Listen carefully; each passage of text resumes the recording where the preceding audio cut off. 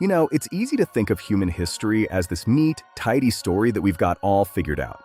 But what if I told you there are things out there, artifacts, that just don't fit? According to our established timelines, they simply shouldn't exist. And today, we're going to take a look at 3 of them. So yeah, let's dive right in. So let's just start with that big question, right? Is our story finished? Are the books closed? Or are there still these huge, mysterious gaps in the timeline? Because honestly, some of the things we've found really challenge that simple idea of our ancestors just slowly, predictably moving forward.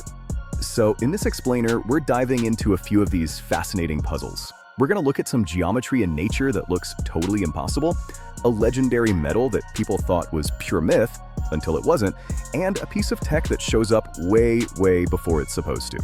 It's going to be fun. Okay, first stop, we're heading out to West Virginia, and I want you to imagine you're just walking by a lake and you stumble across this. I mean, look at it. That's not just some random cracked rock, it's a massive slab of stone covered in this almost perfect geometric grid. Yeah, they actually call it the Waffle Rock, and you can see why. The pattern is so incredibly uniform, your first instinct is to think, no way that's natural. That looks engineered. It's so weird, in fact, that when the Army Corps of Engineers found it back in the 40s, they thought it was important enough to literally cut it out of the ground and move it before they flooded the valley it was in. So you've basically got 2 camps on this. There's the mystery view, which suggests it's some kind of out-of-place artifact, maybe the imprint left by an ancient machine or part of a wall, but then you have the geological view, which honestly is just as mind-blowing. The theory is that this is a super rare but natural example of sandstone cracking under immense pressure in a perfect hexagonal pattern, which then got sharpened by erosion over thousands of years. And you know, this isn't as out there as it might sound. Nature loves geometry. You can see similar hexagonal shapes when mudflats dry and crack. Or, for a really famous example, just look at the basalt columns at the Giant's Causeway in Northern Ireland. It's the same principle. The Waffle Rock is just an absolutely spectacular version of this happening in sandstone. So, what's the real lesson from the Waffle Rock? Well, it's a fantastic look at how our own brains work. We are hardwired to see patterns and assume they were designed by someone. It's a really powerful reminder that sometimes nature itself is the most incredible engineer of all, creating things so complex they look completely artificial to us. Alright, so let's shift gears. We're moving from a natural mystery to a technological one that's tied up in one of the most famous legends of all time. We are talking about a metal that was said to cover the walls of Atlantis. The metal's name is Orichalcum. For thousands of years, that's all it was, a name in Plato's story. He described it as this reddish, gleaming metal second only to gold in value. But everyone just assumed it was fiction, you know, a poetic way to describe something like bronze or a fancy brass. Well, that all changed. In 2014, divers were exploring a shipwreck off the coast of Sicily, a ship that went down 2,600 years ago. And down on the seabed, they found something that made archaeologists everywhere just stop.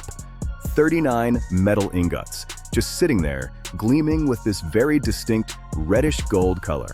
And this is where it gets really cool. They took these ingots back to the lab, and the chemical analysis was just remarkable. It was a very complex type of brass, with high amounts of copper, zinc, some nickel, and lead. The composition perfectly matched the physical description Plato gave for Orichalcum. All of a sudden, this myth had a real physical object attached to it.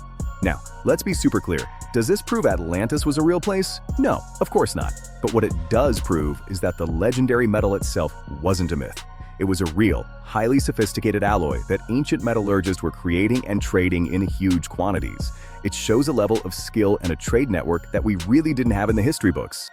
Okay, for our last artifact, we're going from a myth made real to a genuine puzzle that messes with our timeline. This one is a real head-scratcher.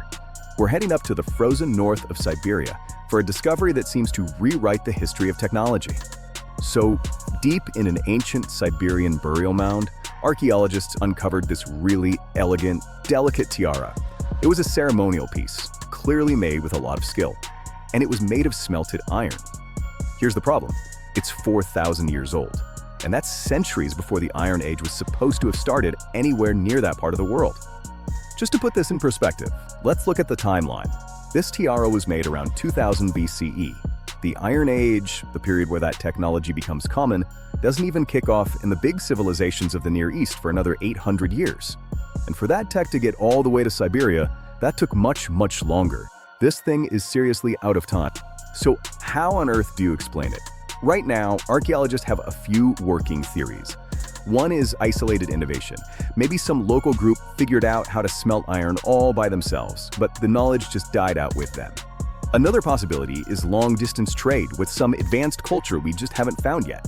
Or, there's always the chance the burial context is wrong, that a newer object got placed in an older tomb. But as of now, we just don't have a clear answer. So what are we supposed to do with artifacts like these? You've got a rock that looks like it was designed, a mythical metal that's actually real, an iron tool from before the Iron Age. It is so tempting to jump to some wild conclusion, right? But the actual answer might be even more interesting. See, these things don't prove that our entire understanding of history is wrong. What they prove is that history is a work in progress.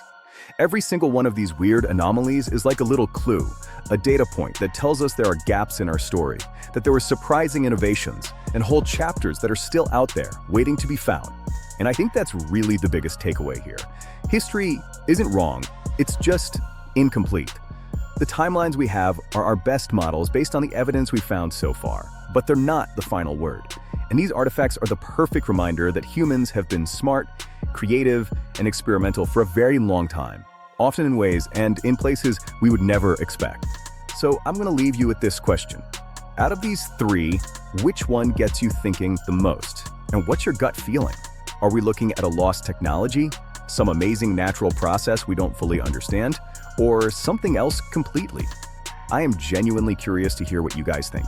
If you enjoyed the video, don't forget to like and subscribe to the channel. Leave your opinion in the comments and tell me which topic you'd like me to talk about next. The comment with the most likes will be turned into a video.